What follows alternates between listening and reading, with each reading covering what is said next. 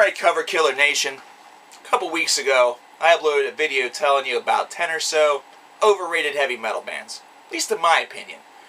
It's one of those videos that really is meant to spark more conversation or maybe some controversial debate than anything else. And it definitely did. You guys definitely responded fantastically to that.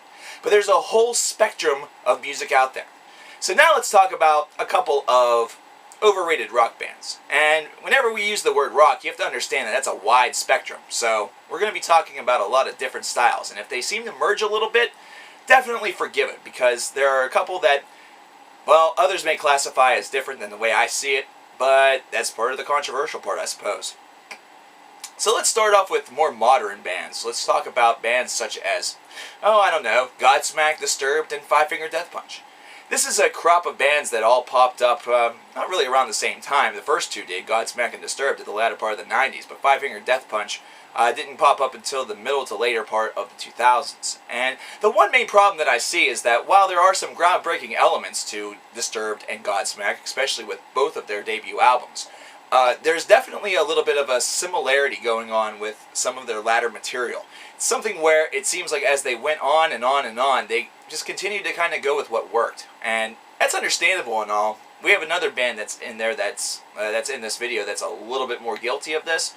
Because at least with Godsmack, there was the Other Side EP, which was all acoustic, that added some, new tricks to the trade. They've done Led Zeppelin covers. Disturbed, of course, has done the Land of Confusion cover and has, songs that definitely have a little bit more of a diversity to it. But overall, whenever you bind it all together and really listen to it, it's almost like it's on a downward trend. As you continue to hear the same thing over and over, it kind of just starts to wear on you a little bit. And your feelings on the band definitely start to wear on you a little bit. And the fans don't exactly help. These fans are getting what they want. They're basically getting spoon-fed a simulacrum throughout the entire history of the band. But at the same time, there's only so far that you can take that. And there's only so far that you can do that before you need to understand that they're not the best thing that walks the planet. I mentioned this a lot in the previous video, but overall, to be overrated, it's not always 100% just the music. It's also because of the fans also, considering they are part of the reason why a band is overrated, considering they're worshiping something that may be done better by other groups that are just being forgotten about in the background. Another good example is, of course, the obvious one, Nickelback. This is probably the easiest joke to make over the past couple of years, especially on Facebook, and so we are going to go ahead and get it out of the way. Nickelback is certainly overrated because of the same reasons I just mentioned for the previous three. There is a simulacrum, there is a similarity to a lot of their material. Really, where would Nickelback be without How You Remind Me and Never Again or Photograph or songs of that nature? I mean, if those didn't break out and become huge successes, what would have happened to this band? Would they still be making music, or would they eventually would have just given up? Or would they have tried that experimental album that maybe they really, they really do need. They really do need something that kind of takes everything one step further, and their new album from last year doesn't really do that much more to really stimulate you further than just the radio-friendly rock and roll idea that they've been kind of tirelessly beating the dead horse of for the past, half the whole decade. So, yeah, fans of this band also tend to be of the same demographic that like other music that I tend to find annoying, of the twangy variety, but I'm not going to really label that group, mainly because I'm from an area where it's very easy for me to end up dead in a ditch. So, yeah, I'm going to preserve my life a little bit on this one. I'm not going to become an Amanda Todd, or whatever the fuck her name is. At any rate, let's get on to the next band. It actually kind of hurts me to say this, because I am playing devil's advocate on myself a little bit also, because these are some bands that I actually enjoy myself. Nirvana. Nirvana is, of course, the group that has really profited the most from the grunge movement. Their album Nevermind is a worldwide global phenomenon that really sparked the movement that was already being kind of instated in Seattle, which was known as grunge. We had just lost Andy Wood of Mother Love Bone. We had heard Temple of a Dog. We were getting debut albums from Alice in Chains and Soundgarden. Stone Temple Pilots were coming soon, and of course Pearl Jam. So the whole entire movement was in full swing. Nirvana kind of reaped the benefits because of a small-time song, and It Smells Like Teen Spirit. That eventually went on to other songs such as Lithium, Come As You Are, etc., etc., etc. Basically built an empire that Kurt Cobain essentially destroyed around him because he really didn't want to be famous. That really wasn't his goal in life. However, Kurt Cobain has also been tailored as a martyr ever since he has been deceased. Whatever happened, I mean, that's up to you to decide, but he's really been tailored as a martyr, not to mention has been kind of overhyped to just ridiculous levels. This is certainly one where it's more so the band than the fans rather than the band, because they really have elevated him to this deidal status whenever there's a whole entire grunge movement, most of which they probably refuse to explore. And if they do explore it, well, they probably don't tend to like it as much as Nirvana. I guess you could say Kurt just sort of had a voice for it and became sort of the unofficial voice of it, but it really isn't true. Not to mention it's also something that for a true grunge fan such as myself can make the band really annoying. But at the same time, I still have plenty of respect and plenty of props go to the band for what they did to put Seattle on the map. But at the same time, definitely an overrated group.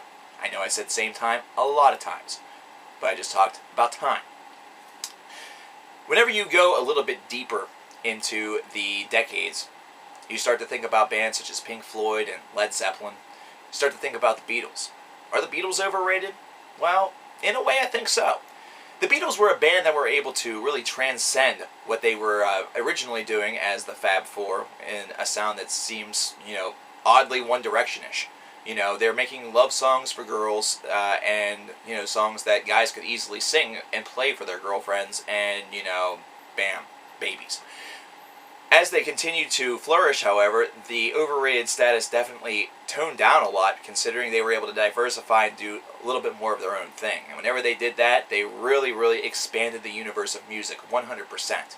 So that's a tag that's really hard to label. Same thing with the Rolling Stones, because they are extremely diverse also, even borderlining in the country music a lot. Led Zeppelin is also sort of the same way, so it's really difficult to talk about that. Pink Floyd, I love them to death, but I can't do that. Pink Floyd has become the staple for psychedelic rock, and there are a lot of other bands that have done that with equal proficiency.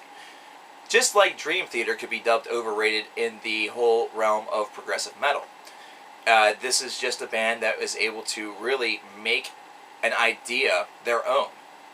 Whenever they were purely a huge psychedelic band in the early days, Piper at the Gates of Dawn, things such as that regard, this was a band that was getting some positive reviews and some negative reviews, and fans were kind of a dime a dozen.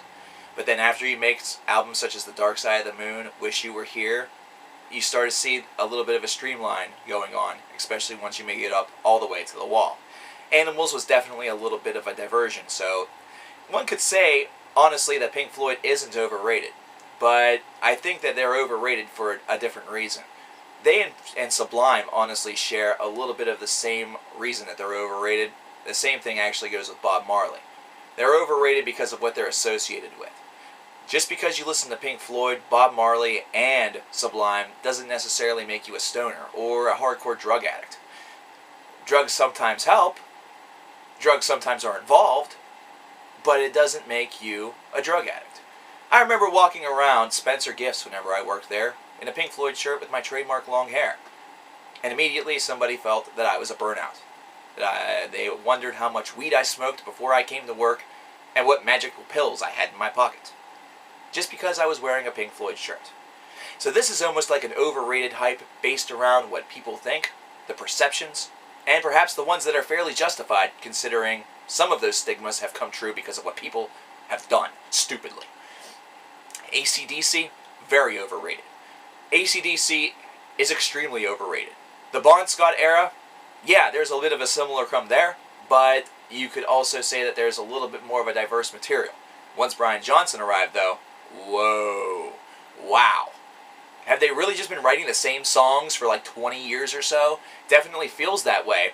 It definitely feels that way. Yeah, they're still toe-tapping hits. They're still really fun to play around with and do this and that with, but damn. It sounds like after Back in Black, they just tried to make Back in Black Part 2, 3, 4, 5, 6, 7, 8, and 9. And every single time they did it, they failed a little bit harder. So yeah, AC/DC is tremendously overrated. Another band that's overrated, and I think I'm going to end it with this because this may get me the most hate. I'm actually not going to say Aerosmith. Aerosmith sold out more than anything, but Kiss. Holy shit. If you want a band that is fiercely overrated in the rock and roll department, it is Kiss. Yes, Kiss have a number of fantastic songs. However, Kiss's entire discography is not God's gift to humanity. In fact, it's not even Satan's gift to humanity. I don't think any deity or any human being, well, some humans would, I take that back, would really want to listen to the entire Kiss discography and deem it to be the most important thing that has ever been granted upon us.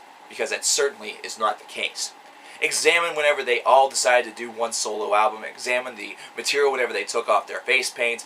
Examine the material that really was happening even with the face paint on during the classic heyday. Hell, even examine Destroyer itself. And you start to realize that there's only certain songs on that album that are really classic, whereas the other ones are just kind of lackluster. They're just there.